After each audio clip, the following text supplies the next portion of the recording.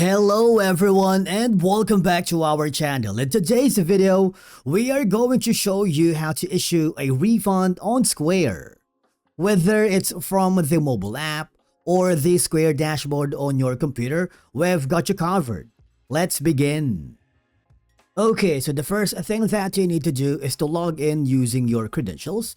And when you are in the home screen, I want you to open the payments and invoices that is located on the left side panel of your dashboard. From here, you need to go to the transactions, okay? Because we want to make sure to select the order that needs a refund, okay?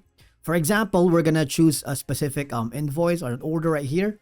I'm gonna click the all orders, and then here, locate the payment you want to refund. You can search by customer name if you wanted, for example, Martin or Johan.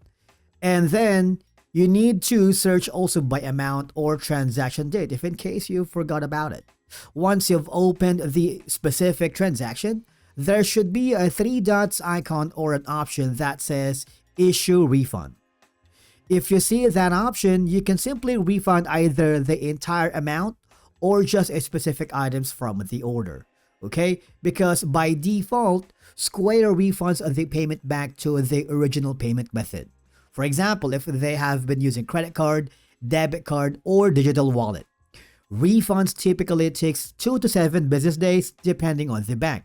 Now, thing is, if you process the payment in cash or with another manual method, just mark the refund as complete after you have handled the cashback. Now, if in case you are still having problems issuing a refund for a specific order, this is going to be the perfect opportunity for you to contact the support here in Square. Click the question mark button right here. There is an option for you to contact. You can call them at these numbers, you can chat, and of course you can send an email. Explain your situation that you are having problems issuing a refund for a specific order or a transaction in your account here in Square. And of course, they'll be more than glad to provide you some details on how to fix it. And with that being said, and basically that's how you can issue a refund using Square. If you found this video helpful, do not forget to like, subscribe, and we will see you again in the next video.